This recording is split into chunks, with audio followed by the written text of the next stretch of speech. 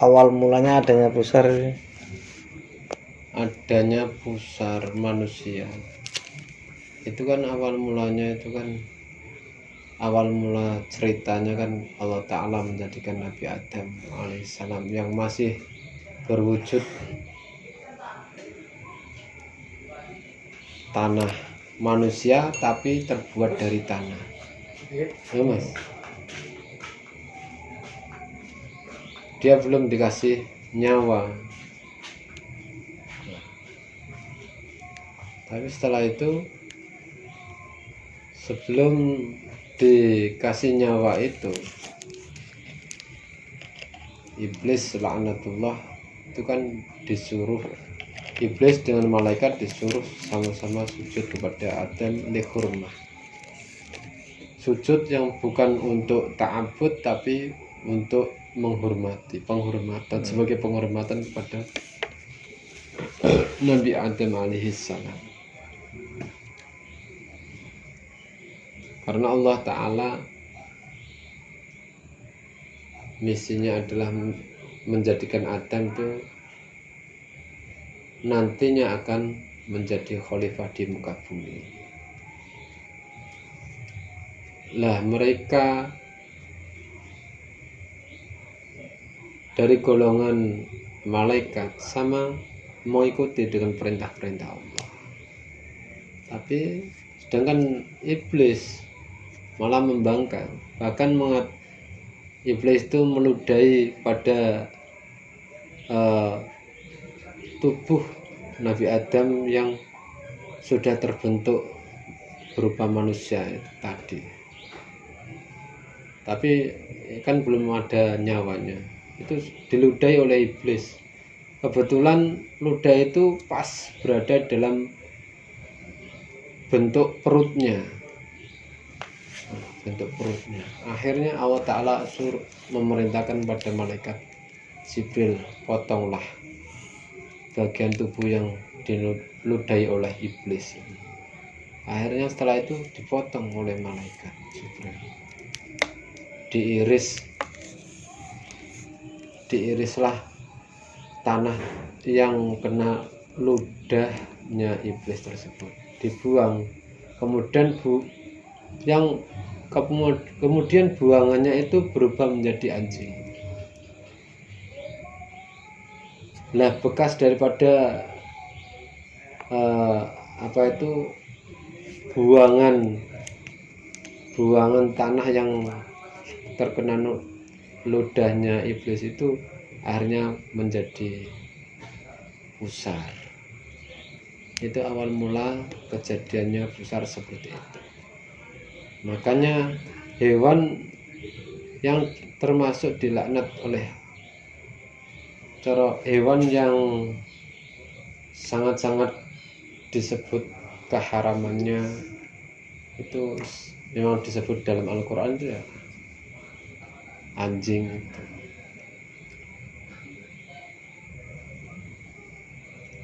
Karena melihat dari awal kejadian itu kan anjing berasal dari ludahnya iblis. Itu di kitab Nawadir, keajaiban-keajaiban yang sebuah keterangan yang menerangkan tentang keajaiban-keajaiban yang tidak sering kita dengar selama ini. Dan itu pun kita jarang sekali mendengar di dalam pengajian-pengajian umum menerangkan hal seperti itu. Nggak ada sama sekali malah. Kalau kita ingin tahu ya kita buka kitab Nawadir, insya Allah kita menemukan keterangan tersebut. Itu awal mula kejadian pusar manusia itu ada. Kalau mengenai tentang kenapa bayi yang sudah terputus pusarnya terus kita lelis, kalau itu saya belum tahu, maaf saya belum tahu sampai sejauh itu. Entah Tapi- tujuannya apa harus Tapi di dilelai. kitabnya hadisnya ada nggak kira-kira? Kalau hadisnya nggak ada, Nggak ada. tapi itu katakanlah hikayah. Hikayah itu cerita, sekedar cerita sebagai wawasan kita semua. Apa itu tradisi kita? Bukan. Kalau itu mah bukan tradisi. Sebenarnya cuman kalau pusar putus dari seorang bayi aku mau terus dilek-leki, itu saya belum tahu keterangan Melai yang berhubungan dengan tersebut. puputan ya. Yang disebut dengan puputan itu biasanya. Saya belum Kok tahu. bisa dibilang puput gitu ceritanya? Belum tahu maksudnya. Hmm. Entah itu mungkin alasannya atau Wih, Hari Mas Jamal, atau alasannya mungkin karena mungkin terbebaskan dari nodanya iblis atau gimana, harus dilei atau gimana, nggak tahu. Dan apa itu hikmahnya saya juga belum tahu. Saya belum tahu persis. Sekedar pengertian saya dari kitab Nawadir seperti itu, hanya bisa menyampaikan kalau ceritanya seperti itu awal mula kejadian daripada pusar manusia.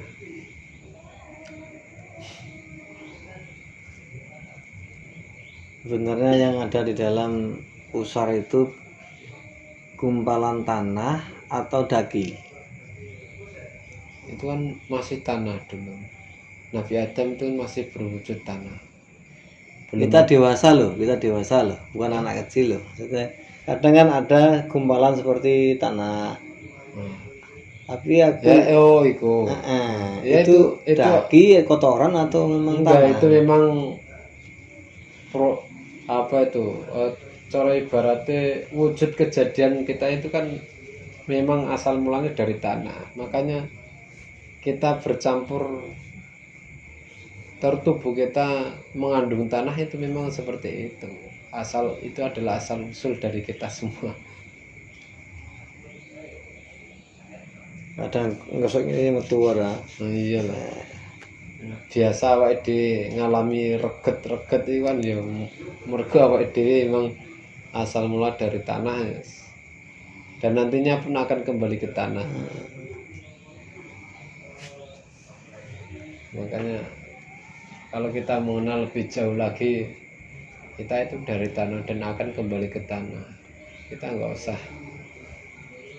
mengunggulkan diri kita seolah-olah adalah orang yang terbaik gitu. Kita nggak boleh lupakan jati diri kita. Sebenarnya itu bisa sebagai apa ya, katakanlah muraqabah, penelitian terhadap diri kita, atau katakanlah muhasabah. Ben awake dhewe iki tidak memandang remeh terhadap orang lain, tidak menganggap diri kita ini lebih baik daripada orang lain. Nah, awake dhewe nyadari awake iki dhewe iki lemah. Jenenge lemah iki pantese diedak-edak. Pantese diedak-edak. Lamun diedak-edak ya awake dhewe dina orang wis dianggap wae biasa. Pancen aku ya pancen makhluk sing kedadian saka tanah, lamun dina ya pancen iku wajare kaya ngono kuwi. Dene awake dhewe memahami hal seperti itu kan nantinya tidak akan muncul rasa kekecewaan atau kesombongan dalam hidup diri kita. Bahkan kita nantinya akan dikatakan makhluk yang bisa bersyukur kepada Allah. Ya mudah-mudahan kita semua adalah golongan orang-orang yang bisa bersyukur atas nikmat-nikmat Allah.